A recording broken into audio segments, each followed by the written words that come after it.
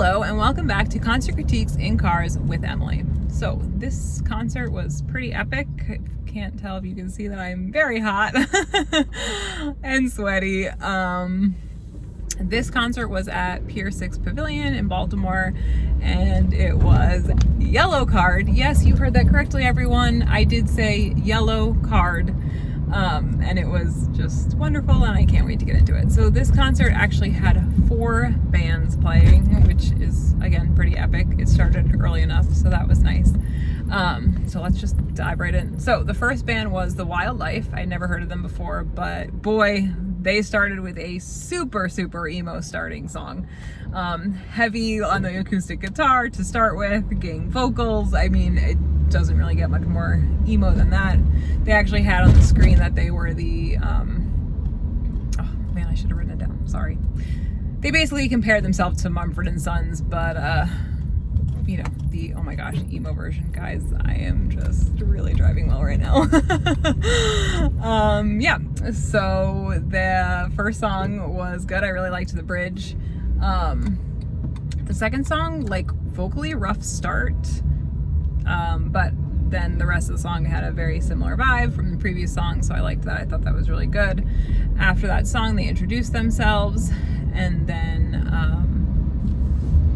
they tried to like have people do a sing-along, and they brought in some dashboard. They like kept making, let me explain, sorry. So they kept making like puns with their name. Then they were saying things like, well, we're like the oh gosh, guys, I can't even remember. Sorry, I should have written them down. Oh, but like anyway, they kept like using old school like emo band names to compare themselves to them, but change it slightly. So like the dramatic dashboards or something like that. But it was very funny, and that definitely wasn't it. So please, if you were there, just know that I know that I'm wrong. But anyway. So yeah, so this next song was called Hey Hey Kitty May, and I really like loved the lyrics in the first verse, but was not a huge fan of the Hey Hey Kitty May part of the chorus, so that was not something that I loved. And then they kind of mixed in Country Roads, that West Virginia song, don't know what it's called. So again, you people watching are probably like, this is what it's called, sorry. But in the middle, so that was kind of cool. And then at the end of the song, they had that song playing while they transitioned the guitar, so I thought that was pretty cool. So they talked about their new record, and they talked about how on this record they have a cover song, which was Blink-182, I Miss You, and I love that song, and I actually thought they did a really nice job with it. They definitely slowed the pace down and changed the pacing a little bit. It was acoustic guitars. They added ooze between the lyrics of the chorus, the first chorus, which I really liked. Yeah, so I thought that was a great choice for a cover, and definitely a good choice in terms of where they placed it in their set. So then after that, they played a song called Concrete, which had a slower vibe. I really loved the repetition at the end of the chorus. They got the crowd clapping during the bridge, and they had a great build up, and I really liked when the drums kicked in. I thought that was a really nice song. I really liked that song.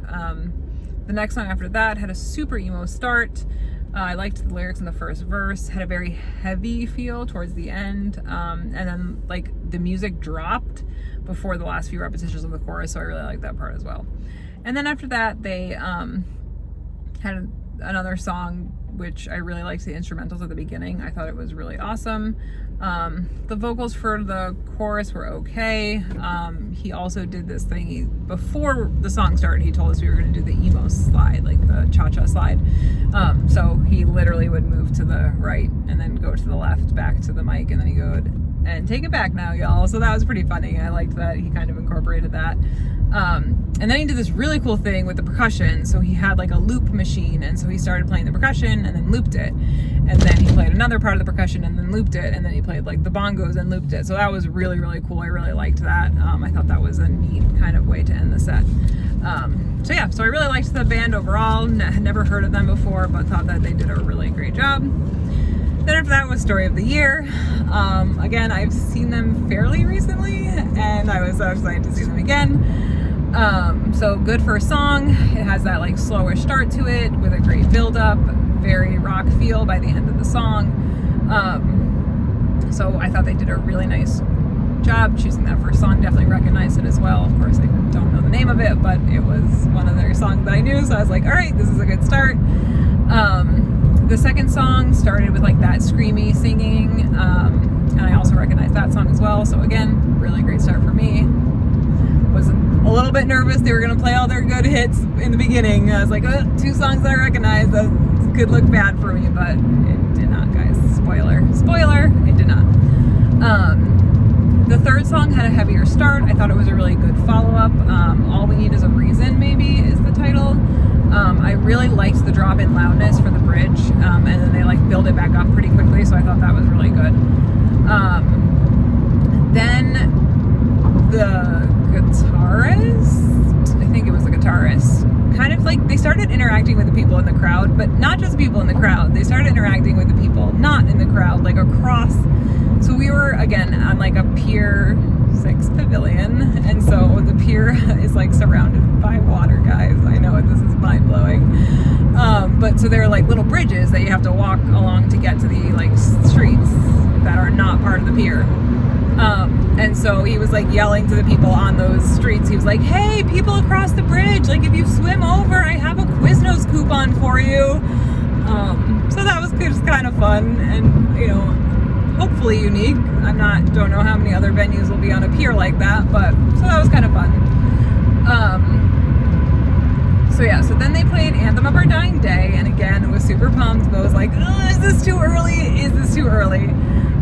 But definitely like one of those just so good to see songs live, so I loved that. Not a lot of changes, but again, didn't really mind so much.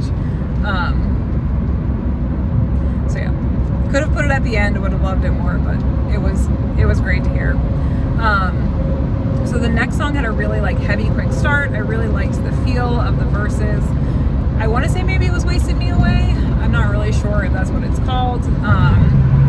But so I guess like, I don't know if it's like a running joke. Okay. So the band before said that like, oh man, just get ready. He's going to do backflips. It's going to be awesome. So there were 2 risers, right? So there was one on the left side of the stage and there was one on the right side of the stage. So the lead singer just kept going on like the left riser and then would run to the end of it and then would either just get off casually or jump to the other one. So it was like kind of funny because he just like kept like faking us out that he was going to do this backflip. He did not. Anyway, during that song, I loved the instrumentals at the end. Really, really liked it. And then so at the end, this guitarist made this joke about Yellowcard, and it did not go over well at all. Like, not even a little bit. Like, so not a little bit. And then they were like, so, you know, like that when you make a joke and it doesn't go over well? Yeah, so that was like a cringy moment in their set, but again, they had a really good song before that, so I don't know that I can really give them too much flack. But anyway, after that they played a new song off their new album. I wasn't the biggest fan of the instrumental part of the for the verses, but it definitely like, okay, wasn't a fan, maybe a strong term. I more just like it, you could definitely tell that they were trying to fit into the current music scene as opposed to their music scene back in the day, which again, I appreciate. Like, you're growing and expanding and you're trying new things that are going to grab, you know, new listeners' attention. So I liked it. It's just, you know, there almost like wasn't a place for it. Like, and again, I don't think they should have started with it necessarily, because then you're losing your crowd that you have, or you want to pull your crowd in. I don't know. Again, I liked it. The song was fine. It was just like in the moment I was like, ooh, this is not where it should be, or this is not the type of music that should be being played. But by the end of that song, it actually like really picked up and I actually really liked it. So yeah, that was like, yeah, that was a little bit of a nah for me. But then after that, I really, really liked the repetition at the beginning and throughout the song. They had a fantastic build-up into the chorus, really good follow-up for the previous song, again, because at the end of that song, they had a really good like build-up into a more like rock feel. And so it really did, it worked well. And I think the next song was a great follow-up because it kind of took it back to their like original sound, but was also, I don't know, I just really liked it. I thought it was a good choice. Then after that, they played In the Shadows. So fantastic to see live. So great to hear live. Love the bridge, like love the bridge. So that was like really exciting. So yeah, I really liked that. Then they led the crowd in a sing-along. He had us like, it was fun. He had us go like high and then really low, and then had us like try and do the screaming thing. So that was fun. He was like, wow, you guys like did a really good job. And then they went into Until the Day I Die, which obviously is so great. And I love that they saved those two songs for the end. They let the crowd sing some of Until the Day I Die. Again, not many changes, but they were just so fantastic, and they saved their best song for last, so I really appreciated that. I loved it. Thought they did a great job picking the last two songs, so that was really exciting. So then after that was Mayday Parade, and the singer came out and started singing before the rest of the band, which I know like isn't a big deal, but it kind of was, because a lot of times now the band comes out first and everyone's cheering, and then the singer comes out.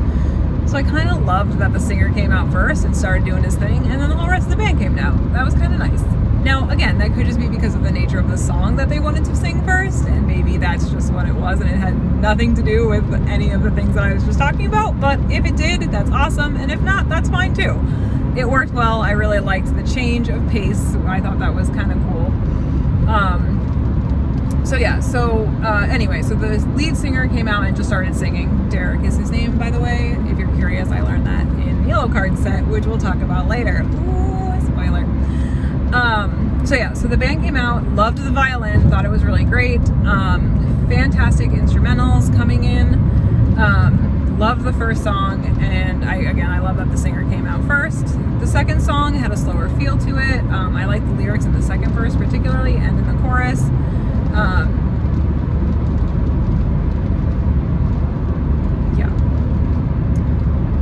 So at one point he mentioned that they had never sang the song before, live, and I was like, okay, so you're telling me that you didn't sing this on every other show on the tour? Well, little did I know that this was the first night of this tour, so I believe him now. I didn't at first, but again, when Yellowcard came on, they were like, so this is the first night of the tour. I was like, ew. So he really hadn't sung that song live before. Alright, so anyway, the next song had a heavier start. I really liked the chorus, there was a drop in the music for the bridge, and I really liked that as well. Then for the next song, he sat at the piano and played just the piano with no other instruments. It was definitely an interesting follow-up. Wouldn't have been my choice, but it was one of their more popular songs, and the drummer like stayed behind and he didn't play any of the drums, but he just sang the like other part of the he sang the other part of the lyrics. That obviously it's like a the lead singer sings and then he sings. So that was kind of cool. Then he asked the crowd to sing during that song, and so the song, by the way, is I Can Live Without You, but I'll Be Miserable, or something like that. So I like that song. Again, it's a very like story-esque song, so it was just like the placement. Yeah, where are you going to place it? Can't place it at the beginning. Could maybe place it at the end if it was like an encore song, but I thought they did a good job. And again, it was just like one of those things where you're like, well, you got to play it at some point. So then the rest of the band came back out, and the lead singer led us in a oohs and ahs sort of a follow along. Good follow-up because it had that slower vibe. Really loved the lyrics in the song, especially about like it was the chorus, the piece of the heart versus having the whole heart, so I really liked that. Then they played a new song. Oh, this is where it was. So they never played before live. I loved the like short, quick feel to it in the verses. Really liked the whole song overall. Thought it was a good choice to place it there. The next song, I really loved the instrumentals and the verses. Good follow-up. Guitar solo at the end was fantastic, so I really liked that as well. Definitely very rock-esque. And then for their last song, again, they played their biggest song, Fun to See Live, and I love that they ended with that. Gotta love that theme of just like, this is the song you came to see. So now let's get into some Yellowcard. Yellowcard played for a really long time. Not in a bad way, in a great way, but in like it's 11 o'clock. We gotta wrap this up, bros. But yeah, so let's get into it because there is a lot to talk about. So, a recording came on and introduced them, and then there was like this little clock that kind of counted them down. And then they played Way Away, such a great opener, but then you're like, ooh, that could have been at the end, but it's at the beginning. And then after that, they went into Breathing, which again, you're like, ooh, too early, but I looked at the album, and the album starts with those two songs, Ocean Avenue, so I was like, okay, I get why you did that. I'm not complaining. Good job. But, yeah, again, if they had waited till the end, I would have been super happy, but I was happy. Again, great openers for like to get you into like the, oh my gosh, I am seeing Yellowcard mode. So that's really great. Then for the third song, they did a sing-along. Oh no, sorry, that was for Breathing. So they did a sing-along of Oohs and Ahs, and then they went right into Breathing. It was really like, again, just amazing to see live. He held like the last note before this like epic instrumental bridge, which I loved. Oh, it was just so great. And then the crowd sang during the bridge, so that was just another fantastic moment of being a Yellowcard fan. It was great. The next song I didn't know as well, but I'm super glad they didn't go in order, because if they had, it would have been Ocean Avenue, and definitely would have ruined my whole set for them, so I'm glad that they just played the first two songs and then moved on. But yeah, so for this one, there's just one, like that last word that he sang sounded a little bit off, but again, if you weren't like super paying attention, you probably didn't notice it. So then for the next song, they let the crowd sing the second line in the first verse. I knew this song better than the previous song, and they had the crowd clap during the bridge. And again, he held the last note of one of the choruses, which was actually very impressive. Definitely nothing off this time. And, you know, I always love a little change for a live show, so that was cool.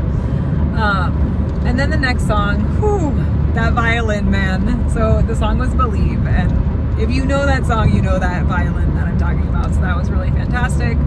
And let me tell you, the violinist was having just so much fun on stage. He was going on the riser, he was like interacting with the bassist that was next to him that would come over. Like, it was just so fun to see. So I really liked that song in particular. And they let the crowd sing the chorus for that one. So again, great song. Could have kept it to the end for me, but I'm not going to complain. So that's when I found out that we actually were the first night, because he talked about being the first night, and like he stopped to say, like, you are not dreaming, you are not asleep, this is real, you are at a Yellowcard concert. He introduced the band. Then they played Rough Landing Holly, I think is what he said. Much heavier instrumentals. Really liked the quick, short feel of the verses. The song after that was a fantastic follow-up, had a really similar sound. I really liked the lyrics in the chorus of this one.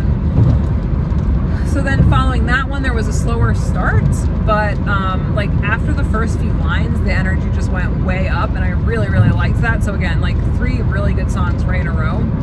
The next song was a song that I didn't recognize, but it had a similar feel to the previous ones. So it was a good follow-up. So I really did, again, they chose like 4 good songs right in a row. Now, I didn't know them, but I'm sure for the fans that did know them, they probably were super pumped. But again, 4 good songs like right in a row, because the vibe was very similar, but they were different enough that you were like, oh, this is like a different song. But for this fourth one, I liked the lyrics in the second verse, but there was like a little bit of a lull. This was like the part of the set that I was like, huh. Again, liked the song, but maybe it was just the fact that I didn't know the previous 3, and I don't know. But then, of course, like, they had epic instrumentals at the end, and I like really loved that, especially the violin. It was just like so great and so like rock, and it was just so good. So then after that, they kind of stopped again. He said, all right, we're going to slow it down here. We're here to celebrate Ocean Avenue. So they played 1 year, 6 months.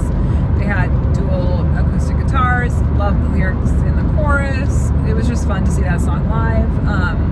And then when the whole band came in, I really liked that. And again, the violin part was fantastic.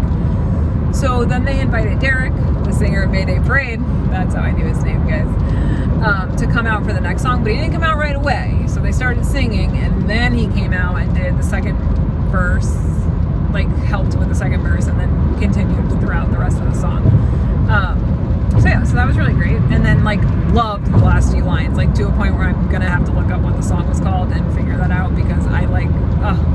like, I guess it was like a gut punch in a great way, not in a bad way, but like I was just like, ooh, those lyrics. So yeah, so I really, really loved that part. And I wasn't expecting to just like be blown away by lyrics that I'd never heard before, so I was really excited. So then after that, started with only the guitar and singing, and it was Empty Apartment. Really fantastic to see this one live. Again, it was a good follow-up because of the similarity between the previous song. After that, he stopped and talked about his new EP coming out, and I was so excited because we got to see them play Childhood Eyes for the first time ever, because again, we were the first tour or show on the tour, so that was really exciting. And I really wanted to see that song because I like it a lot, and so I was like so excited. It did not disappoint. He like tried to get the crowd involved to sing Eyes at the end of the chorus. He had us clapping at the bridge, so like love that he was trying to get everyone involved. And I mean, I don't know, I think a lot of the fans there knew the new song, so I think that worked out well. Again, was really excited to see it, really wanted to see it, so I was not disappointed when they played it. I was so happy, and I can't wait to hear what their new EP is going to be like. So then after that, they played a song that I didn't recognize, but it was definitely a good follow-up. It had that quick, short sound to it. Loved the violin between lines and the verses, so like really loved that touch. And I don't remember having them distinctly do that in other songs, so I really liked that a lot. So the next song was super like upbeat feel. I didn't recognize it, but it was a fun song to see live. And then after that, it was a song that I recognized. Of course, I don't know the name, but like when the music just came in, it was just like this like full sound. It was fantastic, and I really liked the lyrics in the last verse of that song, so I thought that was really good. After that, he thanked the crew. He talked about celebrating Ocean Avenue. So I really liked that, and how it was 20 years old this month, which is crazy. They talked about like being nervous, like and anticipating the show in backstage, and especially it being the first night of the tour. And he was like, "Well, I think it went well." But yeah, so it's funny. There were definitely something wrong with the drums. The tech guy kept coming out and like fixing the bass drum, so there was definitely something wrong. But again, he was like, hopefully you guys like didn't notice all the things that went wrong. But yeah, so no, it was great. I thought they did a really nice job, and you know, to take the time to kind of talk about where they had come from and the fact that they were not planning to be a band ever again, but then they were after like 7 years. And then they talked about who the next song was going to be for, and it was for their booking agent, because she'd been with them for 22 years, which is really like crazy to think about, although I guess he had a 7-year hiatus. But anyway, so they played Back Home. Definitely forgot about that song. It was really nice to see live. I thought it was well placed because it was right before their encore, and it is the last song on that album, so I thought it was like a nice kind of like homage to the song, right? Like played at the end, and then they dedicated it to someone who's been with them from the beginning. So I really liked that. I thought that was really nice. But of course, at this point, it was like past 10:30, so I was like, ooh, guys, you just gotta play Ocean Avenue and move on. They did not. They went off stage for their encore. So then they had the crowd sing along with Oohs and Ahs, and they played With You Around. I did not recognize it, but I thought it was actually a good song to come back to. It was like upbeat. It definitely got the crowd interested, so I liked it. Again, at that point in the night, I was like, "Ooh, man, you're just cutting it really close to 11 here." And then after that, they played Only One. So again, thought that was a good song for the encore. Probably, honestly, would have preferred one of the first two songs they played, Way Away, or Breathing. I like those songs better personally, but again, it was a good song for an encore. Great to see live. Loved the instrumental bridge. I thought they did a really great job with that. So then after that, of course, it was past 11. Like, yeah, we're being told like we gotta get going. So I'm glad that they didn't get off stage and not play. I hope that they didn't have too high of a fine, if they even had a fine. But yeah, so they played Ocean Avenue. Like, so glad they kept it to the end. I know it's the third song on the album, but just so fantastic. And again, I was like a little bit surprised that there weren't any changes in the song, but it's Ocean Avenue being played by Yellowcard on the first night of their tour. Whew, can't really complain about that so much. But yeah, so that is the show. So let's get through it. I actually really enjoyed the opener. I definitely want to go back and listen to some of their music because I, again, really liked This Wild Life. I thought they did a fantastic job. They were like funny when they were funny, or when they were trying to be funny, they were funny. Again, especially with the puns in the like older band names, I thought that was great. I really liked their cover of Blink-182, I Miss You, so I thought that was really cool. And I really liked their set. I honestly like could not, at no point in their set was I like, oh man, this opener, why did they pick this band? I thought it was fantastic. They fit the genre really well. And again, there were a few songs or parts of songs that I was like, about, but for an opener, I had no idea. I really was into them and I thought they were really great. Story of the Year, fantastic. Cannot wait to listen to their new album. Hopefully see them again. Really loved them. Thought they did a great job. Mayday Parade was great. Didn't know as many of their songs as Story of the Year. But again, can't really complain. Like, there were definitely a little bit maybe of a lulls in their set just because I didn't know the songs so well. But for the most part, I really liked it and thought it was really great. So then Yellowcard. Oh boy. Yellowcard is just, again, always fantastic. Love them so much. And they just had that one lull in the middle after that fourth song that I didn't know. Again, like that they opened with the first two songs of the album, even though I wish they had saved those to the end. Thought it was really great that they ended their like main set with Back Home. Loved that they saved Ocean Avenue. Loved that they played Childhood Eyes. I thought, like, genuinely when he was talking about how grateful they were and, you know, telling the story about how they weren't really expecting to ever be a band again, like, I really appreciated that. I thought that was really well done. Again, there were just a few songs that I maybe wouldn't have put in there or would have switched around. Guys, this was like a really good show. I'm gonna give this one, I don't know, like the fact that I made it to 11:05 and wasn't complaining about being tired. I'm gonna give it a 9.75. So let me know, do you agree, do you disagree? Like, comment, subscribe, and I will see you guys next time.